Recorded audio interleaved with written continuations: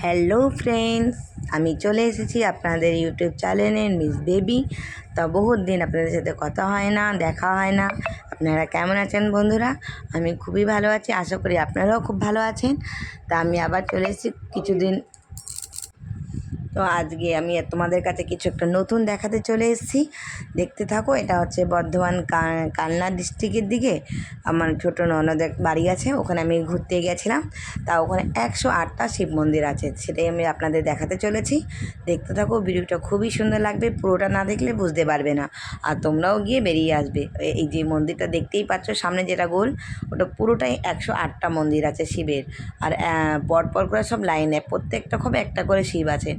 তা চলো দেখো, খুবই ভালো লাগবে দেখতে ভিডিওটা। আর সত্যি বলতে আমার কিছুটা শীতকালের সময় একটু টাইম পাইনি দেখার জন্য, আর শরীরটাও খুব ভালো ছিল না, যার কারণে আমি ভিডিওটা ছাড়তে পারিনি।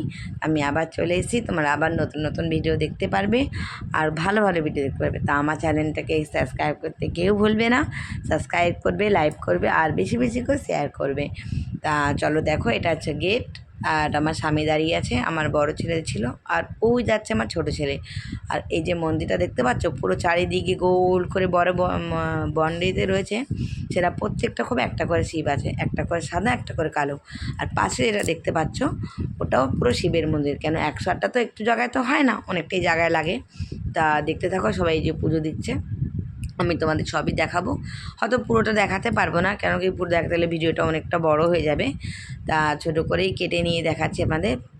দেখতে পাচ্ছ, এই দেখো সবাই ফটো তুলছে, কিন্তু ফটো তো আমার নিষেধ, কেউ দেখতে না পারলে কেউ তুলছে। আমিও দেখতে পারলে আমাকে তুলতে দিত না, আমি লুকিয়ে লুকিয়ে তোমাদের দেখানোর জন্য তুলেছি। তা দেখতে থাকো, খুব সুন্দর। হয়তো রং টং করা নেই, পুরনো মন্দির, যদি ফিনিশিং করা থাকতো আরও বেশি ভালো লাগতো।